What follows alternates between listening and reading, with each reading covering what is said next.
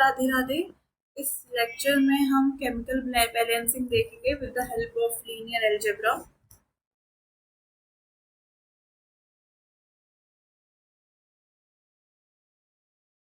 तो I think हम सब ने ही केमिकल बैलेंसिंग को समझा होगा या एक ना एक बार तो किया होगा। तो केमिकल बैलेंसिंग में बेसिकली क्या होता है, लेफ्ट साइड और राइट साइड पे दोनों जगह हमें बैलेंस केमिकल सेम होनी चाहिए। मतलब यहाँ पे जो कार्बन है वो 2 बार यूज हुआ है, मतलब उसकी वैल्यू 2 है, तो इधर भी कार्बन की वैल्यू 2 होनी चाहिए। बस बेसिकली यहाँ कार्बन की वैल्यू 1 है।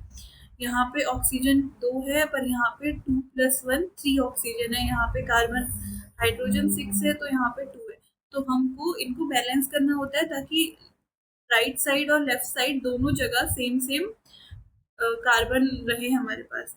तो उसके लिए हम क्या करते हैं, बेसिकली नॉर्मल मल्टीप्लाई करते थे और देख लेते थे। बट जब हमारे पास इक्वेशन बड़ी हो जाएगी तो उसको बैलेंस करना थोड़ा डिफिकल्ट हो जाता है। तो उसको हम लीनियर अलजेब्रा की हेल्प से कैसे बैलेंस करते हैं वो समझेंगे। तो क्या करना होता है, हर एक एलिमेंट्स के आगे हम वैल्यूज लिखेंगे, जैसे एक्स, वाई, जेड और डब्ल्यू। उसके बाद यहाँ पे नेक्स्ट हम इससे इक्वेशन बनाते हैं। तो सबसे पहले एक्स सी के साथ 2 है, तो 2x राइट साइड पे 1 है, तो माइनस, बिकॉज ये राइट साइड पे है तो minus Z is equal to 0। Second hydrogen के लिए देखेंगे तो यहाँ पे आ जाएगा 6x। यहाँ पे हाइड्रोजन की वैल्यू 2 है, तो माइनस या इक्वल टू 2w। तो इसको हम लिख सकते हैं 6x minus of 2w is equal to 0। Then अगर 3 कॉमन लेंगे, 2 कॉमन लेंगे तो आ जाएगा 6x 3x minus W is equal to 0।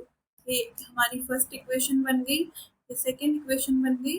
और थर्ड इक्वेशन के लिए ऑक्सीजन का देखेंगे तो 2y minus of equal to है तो 2z प्लस डब्ल्यू। तो इसको राइट साइड में हम इस तरह से इक्वेशन में रिप्रेजेंट कर सकते हैं। अब हमारे पास 3 इक्वेशन आ गई है।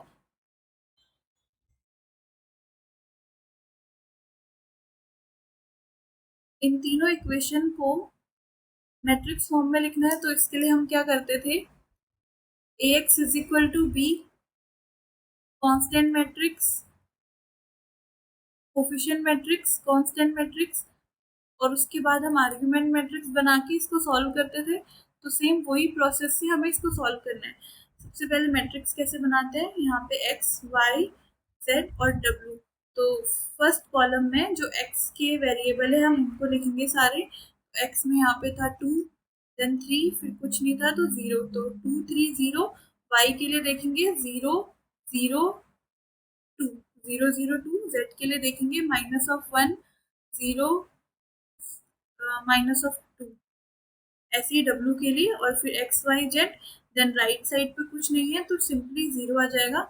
अब हमें इसको सॉल्व करना है, तो इस मैट्रिक्स को अपर ट्रायंगुलर मैट्रिक्स में चेंज करेंगे with the help of row echelon form. और उसके बाद एक्स और वाई और जेड की वैल्यूज निकालेंगे। ठीक है, आई होप कि आपने प्रीवियस लेक्चर देखे होंगे तो आप इसको इजीली सॉल्व कर सकते हैं। सेकेंड इसी तरह से क्वेश्चन है नेक्स्ट। इस इक्वेशन को बैलेंस करना है हमको, तो हमने क्या किया, एक्स वाई जेड और डब्ल्यू। उसके बाद सी, कार्बन कितने हैं, यहाँ पे एक्स एक ही है, यहाँ पे भी एक है, तो X is equal to Z. Equation बन जाएगी x minus Z.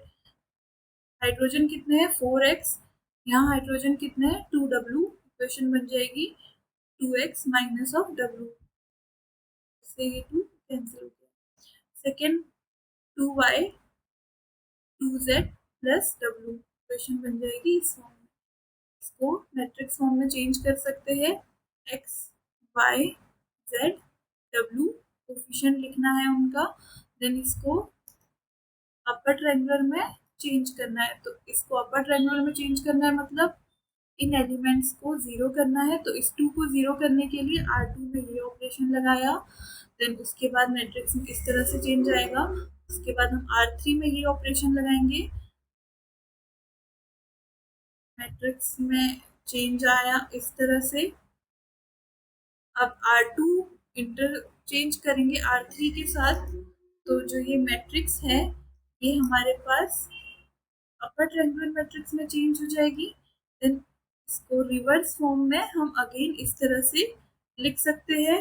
I hope कि ये वाले प्रोसेस आपको समझ आ रहे हैं। अगर प्रीवियस वीडियो आपने देखी है तो आपको ये मल्टीप्लाई करना और इस तरह से मैट्रिक्स रिप्रेजेंटेशन समझ आएगा।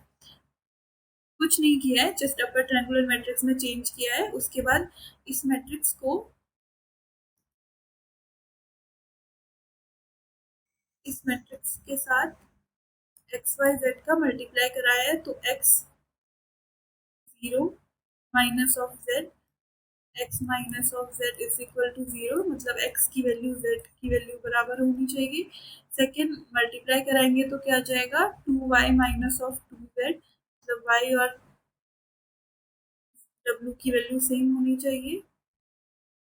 थर्ड मल्टीप्लाई करेंगे तो अपने पास आ जाएगा two Z minus of W, मतलब two Z is equal to W होना चाहिए। हमने इसको लेट किया है कि सपोज एक वेरिएबल टी है कोई, उसके रिस्पेक्ट में एक्स और जेड की वैल्यू आ गई, एक्स और जेड की वैल्यू पता चल जाएगी तो यहाँ से डब्ल्यू की वैल्यू भी आ जाएगी टू टी, डब्ल्यू की वैल्यू पता चल जाएगी तो वाई की वैल्यू भी आ जाएगी और हमारे पास इस तरह से वैल्यूज आ जाएंगी।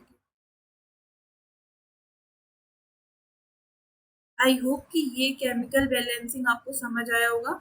इस तरह से हम किसी भी इक्वेशन का बैलेंस कर सकते हैं। Thank you.